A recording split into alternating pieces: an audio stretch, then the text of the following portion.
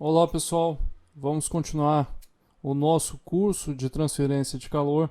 A gente está entrando agora no último capítulo, que vai ser Fundamentos da Radiação Térmica. Infelizmente a gente não consegue aprofundar um pouco em radiação térmica, então vamos ver apenas o capítulo de Fundamentos da Radiação Térmica e a gente não vai chegar a estudar a troca de radiação entre superfícies, já que nós não temos tempo para fazer isso durante o curso. Nosso curso já chegou ao final, tudo que está na ementa vai ser completado com esse capítulo aqui. O que nós vimos até agora foi considerar os modelos de transferência de calor por condução e por convecção.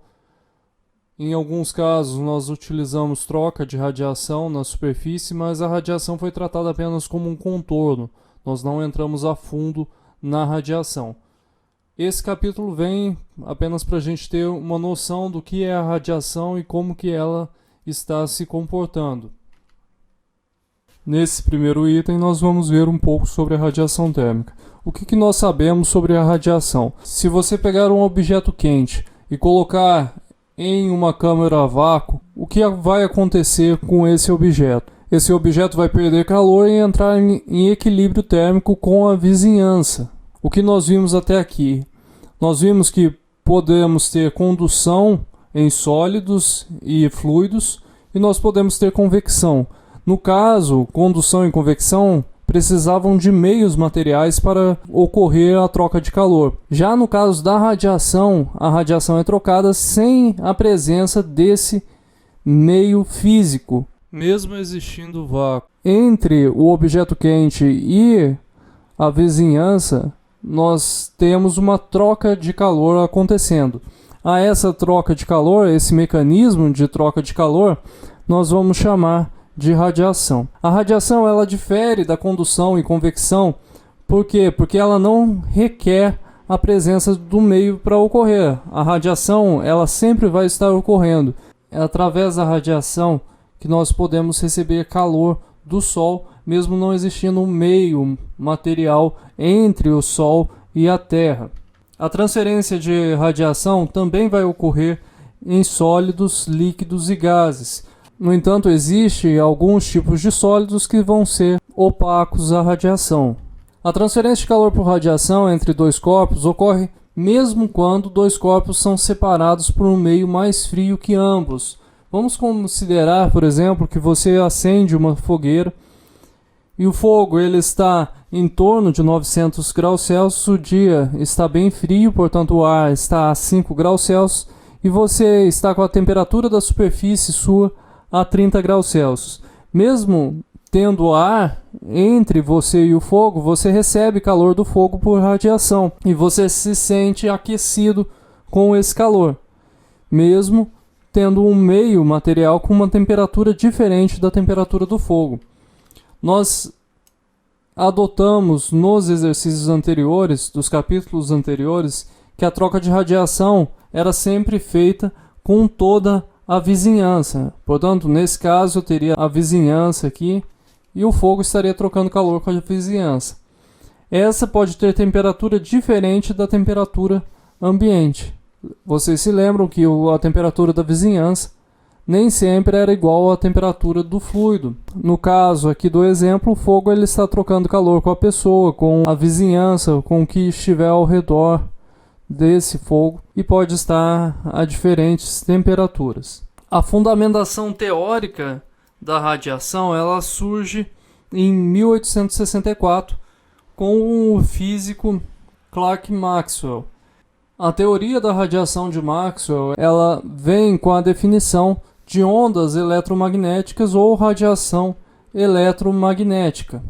O que Maxwell disse foi que cargas aceleradas ou variações de correntes elétricas vão criar campos elétricos e campos magnéticos.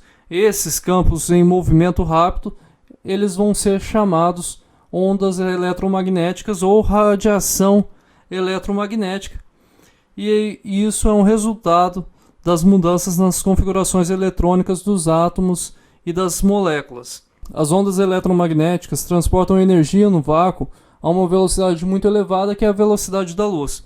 elas vão ser caracterizadas por uma frequência V ou comprimento de onda lambda, que são relacionados pela velocidade da luz do vácuo, como lambda é igual a C0, C0 é a velocidade da luz no vácuo, sobre a frequência V. A velocidade de propagação do meio ela vai estar relacionada com a velocidade da luz no vácuo. Nesse caso, o que acaba acontecendo é que aparece esse n. Eu divido a velocidade da luz pelo n, e o n é o índice de refração desse meio. Ou seja, quando você sai do vácuo e chega no meio material, por exemplo, você vai transportar ondas eletromagnéticas através de um gás.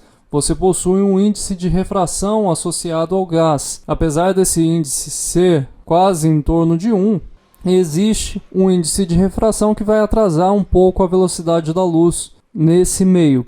A velocidade de propagação da luz no meio ela vai estar relacionada então com a velocidade da luz, dividindo a velocidade da luz pelo índice de refração. O espectro eletromagnético ele constitui vários tipos de ondas. Nós temos os raios gama, raio-x, radiação ultravioleta, luz visível, radiação infravermelha, radiação térmica, micro-ondas, ondas de rádio. Isso daí está tudo mostrado nessa figura aqui pra gente. O tipo de radiação eletromagnética que nós vamos estudar, que vai ser o tipo pertinente à transferência de calor, vai ser a radiação térmica. Essa radiação é o resultado da energia de transição das moléculas, átomos e elétrons de uma substância. Vocês observam a faixa que nós temos aqui da radiação térmica. A temperatura vai ser uma medida dessas atividades em um nível microscópico, e a taxa de emissão por radiação térmica vai aumentar à medida que a gente aumenta a temperatura. A radiação ela vai ser continuamente emitida por vários materiais que possuem a temperatura absoluta acima de zero. Portanto, todos os corpos que estão a temperatura acima do zero absoluto, eles emitem radiação térmica. Na radiação térmica, nós temos uma porção da luz visível. A luz visível é a porção do espectro eletromagnético que fica entre 0,4 e 0,76 micrômetros. Um corpo que emite alguma radiação no espectro visível vai ser chamado fonte de luz. A luz visível não é diferente dos outros tipos de radiações eletromagnéticas. A única coisa que ela é diferente é que ela aciona a sensação da visão no corpo humano. Ou seja, a luz ou espectro visível ela consiste de faixas estreitas que vai permitir aos nossos olhos identificar as cores que nós vamos estar enxergando no dia a dia. A radiação eletromagnética emitida pelo Sol é conhecida como radiação solar.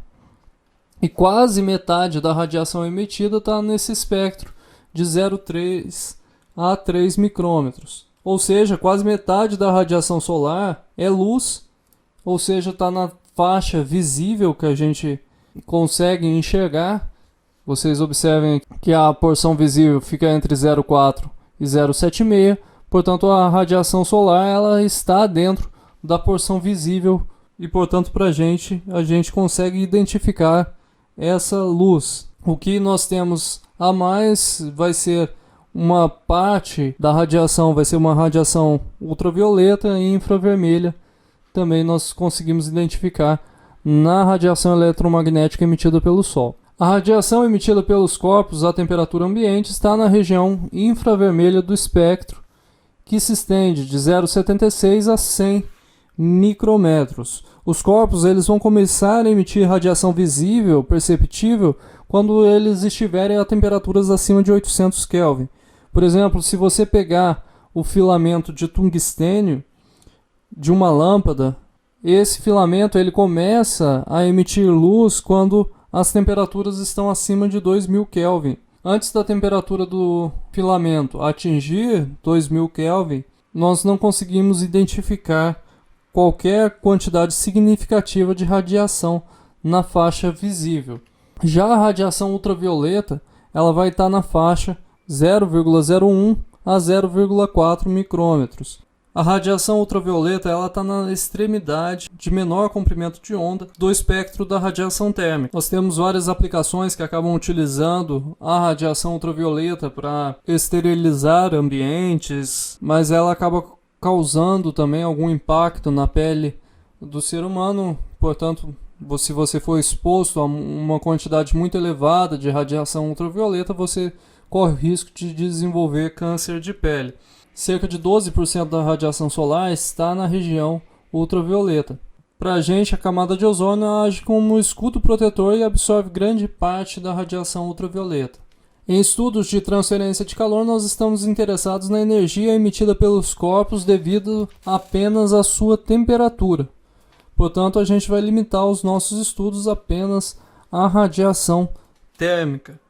Fornos de micro-ondas, por exemplo, eles vão utilizar um tipo de radiação eletromagnética que vão estar nas regiões de micro-ondas do espectro. As micro-ondas geradas pelos fornos micro-ondas, elas estão no intervalo de 100 até 10 a quinta micrômetros. O grande detalhe dessas radiações é que elas são refletidas por materiais e vão ser transmitidas por vidros e plásticos e absorvidas por moléculas de alimentos, especialmente a água no caso. Assim, no micro-ondas, a energia elétrica vai ser convertida em radiação e finalmente se torna parte da energia interna do alimento. Nós não vamos estar interessados nesse tipo de radiação, por exemplo, porque a radiação excita a molécula e assim a molécula aumenta a sua temperatura. O que nós queremos é estudar a radiação térmica, a radiação que é emitida por corpos, não a radiação que faz o corpo aquecer, ok? Então essa está a diferença, por isso que em um caso do micro-ondas, por exemplo, a gente não vai estar entrando em muitos detalhes nesses tipos de radiação. Os elétrons, átomos e moléculas de sólidos, líquidos e gases acima do zero absoluto, eles estão em constante movimento. Vocês se lembram lá do capítulo 1 da introdução à transferência de calor que eu disse para vocês que a temperatura é o resultado do estado de vibração das moléculas. Dependendo desse nível de agitação das moléculas, você tem a temperatura de uma determinada substância. Portanto, no caso, a radiação ela é constantemente emitida e também absorvida ou transmitida através do volume inteiro da matéria. Ou seja, no caso, a radiação ela é por si só um fenômeno volumétrico. É muito difícil você tratar a radiação como um fenômeno plano ou um fenômeno unidimensional. A radiação em sólidos opacos é considerada um fenômeno de superfície, já que apenas a radiação emitida pelas moléculas na superfície pode escapar do sólido. Então vamos considerar, por exemplo, uma superfície opaca. Você tem a radiação das moléculas da superfície que estão na superfície, essas moléculas estão emitindo radiação para o ambiente, mas uma molécula que está interna ao sólido, ela troca a radiação com o próprio sólido. Portanto, não há variação de energia, já que você está trocando radiação dentro do próprio sólido e a variação de energia aqui no caso, no sólido, vai ser nula. Vamos para o item 9.2 que vai falar um pouco sobre a radiação de corpo negro. Vamos considerar que nós temos um corpo. Esse corpo ele pode emitir radiação em todas as faixas de comprimento de onda possíveis. A quantidade de radiação que ele vai emitir em uma determinada direção ou um comprimento de onda específico vai depender das características do corpo, da superfície do corpo ou da temperatura interna do corpo. Portanto, diferentes corpos podem emitir diferentes quantidades de radiação por unidade de área da superfície. Se você pegar uma bola de alumínio, por exemplo, ela vai emitir radiação de uma forma diferente do que uma bola de plástico, por exemplo. O padrão ideal seria um corpo que emitisse a quantidade máxima de radiação a uma dada temperatura. E esse corpo é o chamado corpo negro. Portanto, um corpo negro é definido como um perfeito emissor de calor, ou seja, ele emite a máxima quantidade de radiação por superfície a uma dada temperatura. Esse é um corpo ideal para servir como padrão em relação às propriedades radiativas de superfícies reais. Ou seja, nós definimos o corpo negro para podermos ter o parâmetro de comparação em relação aos diferentes tipos de corpos que nós podemos ter com diferentes propriedades de emissão. Nesse caso, o corpo negro ele é um perfeito emissor e absorvedor de radiação. Se você emitir radiação para um corpo negro, ele vai absorver toda essa radiação. E ele pode ser também um perfeito emissor, ou seja, a radiação emitida pelo corpo negro vai ser a máxima radiação que nós podemos ter de um corpo. Todos os corpos reais vão emitir menos radiação do que um corpo negro, ou absorver menos radiação do que um corpo negro.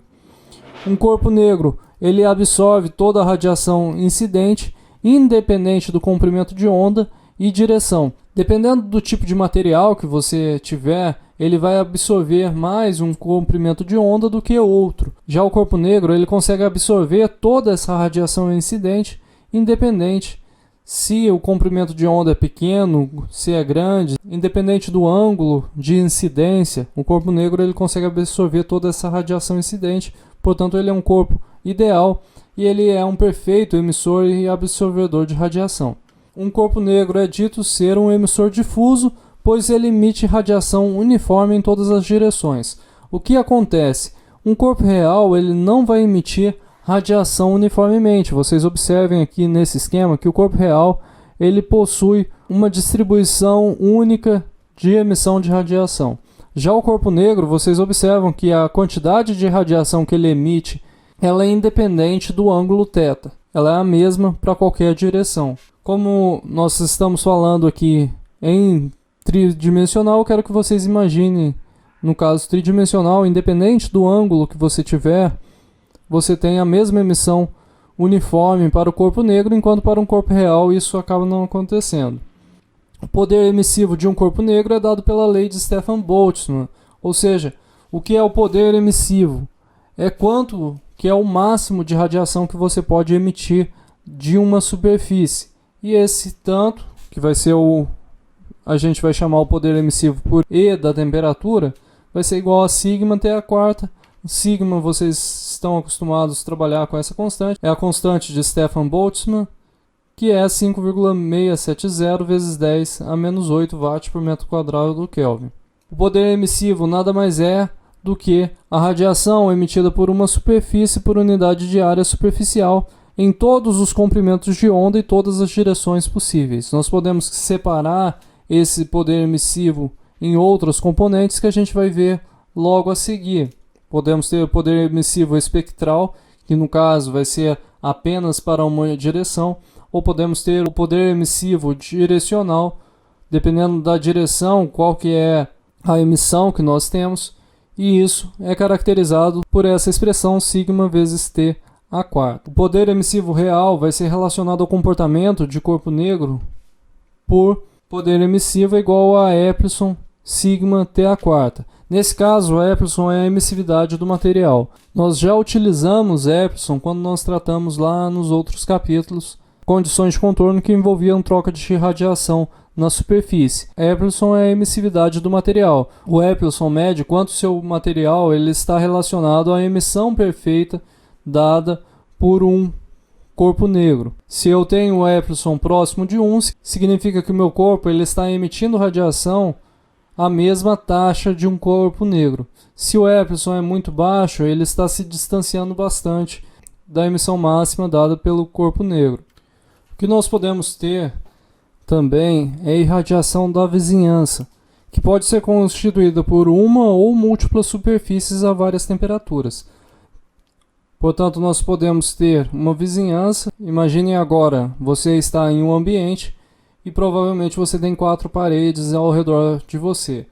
Você está recebendo irradiação de cada parede, ou seja, você está recebendo uma taxa de transferência de calor por radiação dessas paredes e você também pode estar emitindo para essas paredes. Uma superfície ela também pode ser irradiada por uma fonte externa, como por um sol ou por um laser, você direcionar a irradiação sobre um ponto. E nós vamos definir esse parâmetro de radiação como a taxa na qual a radiação incide sobre uma superfície por unidade de área superficial com todos os comprimentos de onda e direções. Nesse caso, nós temos a irradiação G, que ela pode ser proveniente tanto da vizinhança quanto de uma fonte externa, como o Sol ou o laser, e ela é essa taxa na qual a radiação está incidindo em uma superfície. Quando a gente tem a radiação incidindo em um meio semi-transparente, o que acaba acontecendo? Parcelas da irradiação elas vão poder ser refletidas, absorvidas ou transmitidas. Considere esse caso que nós temos aqui na figura A. Na figura A nós temos um meio semi-transparente, portanto nós temos a irradiação.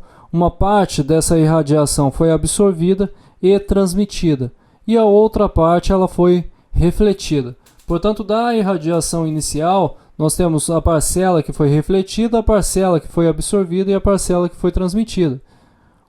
A irradiação G ela foi dividida em 3 componentes. Já em um meio opaco, é um meio que não permite a transmissão. Portanto, nós temos apenas reflexão e emissão. Nós podemos também ter absorção. Portanto, a irradiação G ela pode ser refletida, absorvida em um meio opaco, e no meio opaco nós também temos emissão. Nós vamos definir ρ como a fração da irradiação que vai ser refletida. Nós podemos definir também a absortividade alfa como a fração da irradiação que é absorvida, ou seja, o ρ é o G refletido dividido pelo G da irradiação. Já a absortividade ela vai ser o G absorvido dividido por G. E já a transmissividade vai ser igual ao G transmitido dividido pela irradiação G. Portanto, para uma superfície que vai ser irradiada, nós temos que o somatório desses 3 termos tem que ser igual a 1. ρ mais alfa mais reflexão mais absorção mais transmissão tem que ser igual a 1, porque os 3 estão em função da energia irradiada. No caso do meio opaco, não há transmissão, e se não há transmissão, o tal é igual a 0. Nós podemos definir também 2 outros fluxos de radiação adicionais que podem ser úteis para nós entendermos melhor a radiação. O primeiro deles é a radiosidade. A radiosidade J de uma superfície leva em conta toda a energia radiante deixando a superfície. Portanto, a radiosidade vai ser o G que foi refletido mais a taxa minha que foi emitida.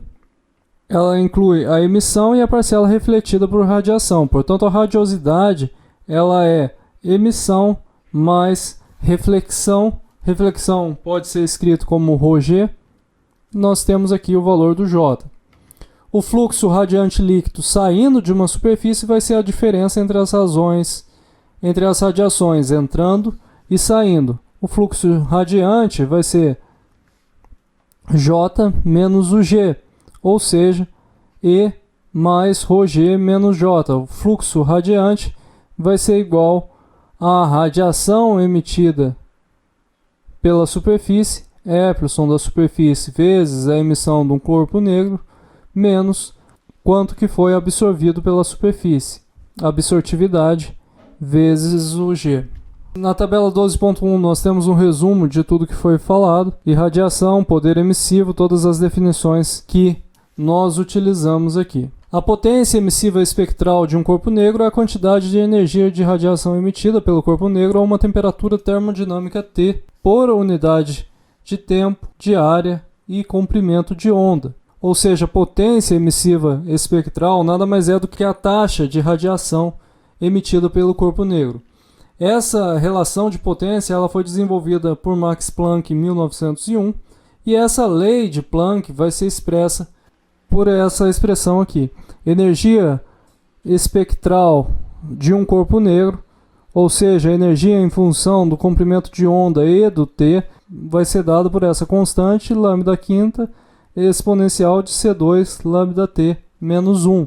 Com isso, nós temos as constantes C1, C2 e a constante de Boltzmann, e nós podemos definir a potência emissiva espectral do corpo através da lei de Planck. Através da lei de Planck, nós podemos determinar aonde o pico de potência emissiva de um corpo negro ela ocorre. Isso foi dado pela lei de Wien do deslocamento, que ele determinou que lambda vezes t para a potência máxima é 2897,8 micrômetro vezes Kelvin. Nesse caso, a radiação emitida é uma função contínua do comprimento de onda. Nós temos aqui a variação da potência emissiva de um corpo negro, o que vocês podem observar aqui.